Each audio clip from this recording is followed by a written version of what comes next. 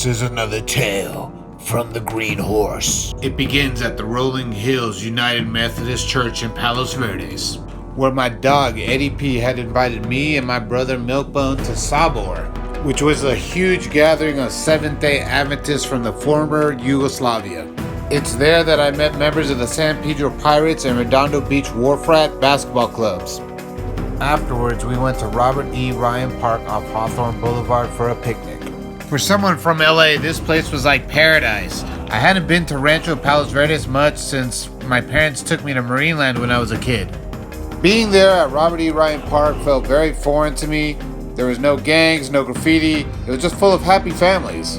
There was a sense of peace and security that you just never felt in LA, and I wondered why had this been missing my entire life.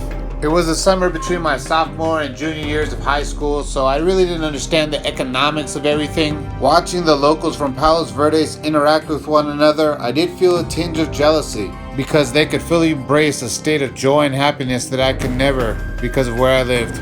I sat there watching the Yugoslavs from the church play soccer, feeling more like an outsider than I'd ever have before in my life. That's when I decided to take my brother Milkbone and Eddie P up to the basketball courts. Shooting hoops always did make me feel better. Accompanying us were Paul and Misha, some of Eddie P's boys from the San Pedro Pirates, and it was on these stairs where I first learned some of the basketball history of the South Bay.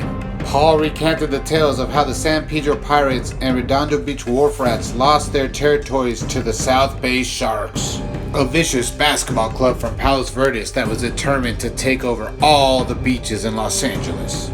So we're sitting there shooting hoop, minding our own business, when suddenly this group of guys approaches us.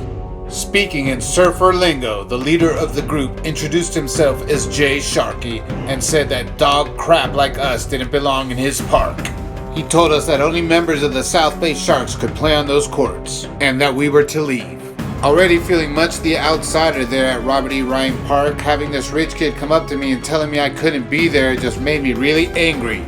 So I tell Jay Sharkey that he can F himself, and if he has a problem with that they could play us a game of basketball right there and then. This, my dogs, would be the first ever basketball game between the Venice Beach Hot Dogs and the South Bay Sharks. And luckily that day we were rolling large. Paul was playing point guard like John Stockton. Your narrator Marv Dog played the Kobe-like shooting guard.